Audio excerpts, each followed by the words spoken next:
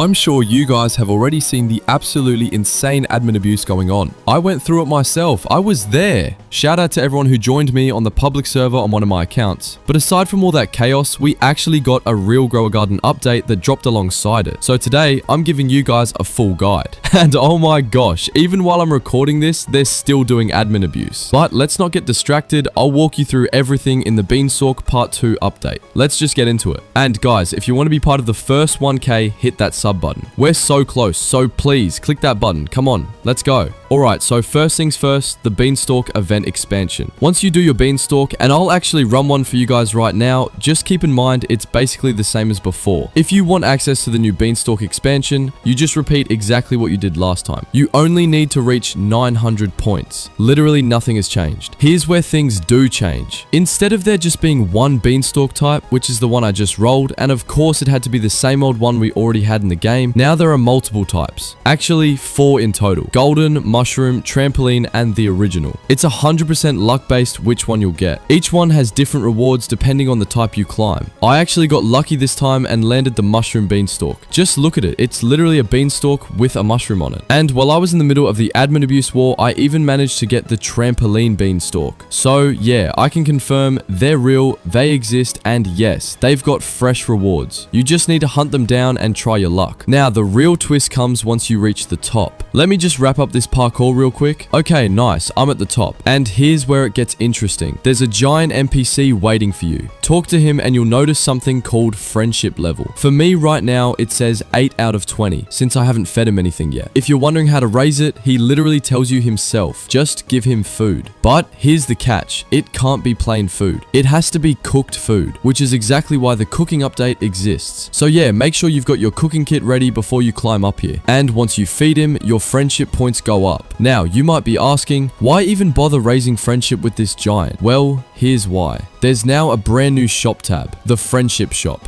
Unlike the normal shop where you'll find things like the bean chair, golden goose painting, and the giant painting, this one is special. You can only unlock items here if you've built enough friendship with him. That's why cooked food is so important. Now, since I haven't leveled my friendship yet, let's skip ahead to where another creator has already shown the friendship shop items. But let me break them down in my own words so it doesn't just sound like I'm repeating what they said. So let's talk about the first big highlight, the Skyroot Chests. These are honestly the core of the update because inside them you'll find all the new seeds and pets that just dropped. For seeds you can pull the Crown of Thorns, the Calla Lily, and of course the Siloman. And for pets you've got the Elk, the Mandrake, and the Griffin. Pretty stacked lineup, right? Now here's the part I really like. Usually in Grower Garden, the rarest pull is locked behind a tiny 1% chance. But in these chests it's actually doubled, a full 2%. Why? Because you've got a chance at either the rarest seed or the rarest pet. So you're basically getting 2 jackpots in the same loot table. That's a huge W move in my opinion, because it makes the grind feel more fair. You're not just pulling endlessly for that 1% dream drop. At least now you've got double the shot at walking away with something insane. So yeah, that pretty much wraps up the Skyroot chest. And as far as I know, that covers almost all of the brand new pets. Well, except for one more. I almost forgot. The Gnome. Yep, that little guy is also part of this update. So if you add up the Skyroot pets plus the Gnome, that's basically the full lineup we've got this time around. Moving on, let's go through the cosmetics. First, there's the Griffin statue. Definitely one for the flex if you want to decorate your base. Then you've got the bouncy mushroom, which works like a trampoline, letting you jump around in style. Honestly, it's one of those goofy items that's just fun to mess with. After that comes the beanstalk painting, and then the can of beans. Yeah, I had the same reaction, like, what even is this? But when you use it, it actually makes you blast upwards like a fart-propelled rocket. Super random but hilarious at the same time. Now for the more serious stuff, the seeds and shards. The giant also sells glow pods and flare melons, which are the new seed additions. On top of that, there's a pet shard. And this is interesting because it lets you turn your pets into giants. Basically a mega upgrade, but with that giant twist. I still need to test if it's stronger than the regular mega, but it's definitely worth checking out. And finally, we circle back to the Gnome pet. You'll need pen level 6 to unlock it, unless of course you're going the Robux route and skipping requirements.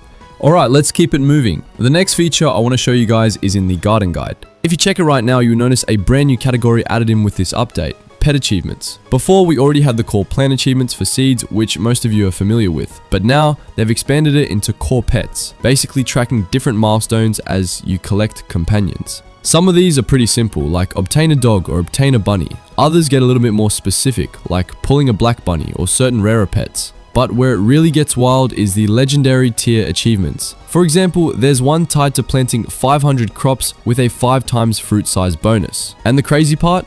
That bonus ability can't be mimicked or refreshed. That means it's locked in, no copying, no cheesing it. Honestly, that's going to make some players ridiculously rich if they can pull it off. Now, a couple more things I didn't want to miss. We already covered the Skyroot Chest and the can of beans, but there's also a new cleansing pet shard in the gear shop. And this is super clutch because it lets you wipe a mutation off your pet without having to grind it to level 50 every time. Saves you so much time, and honestly a bit of sanity too.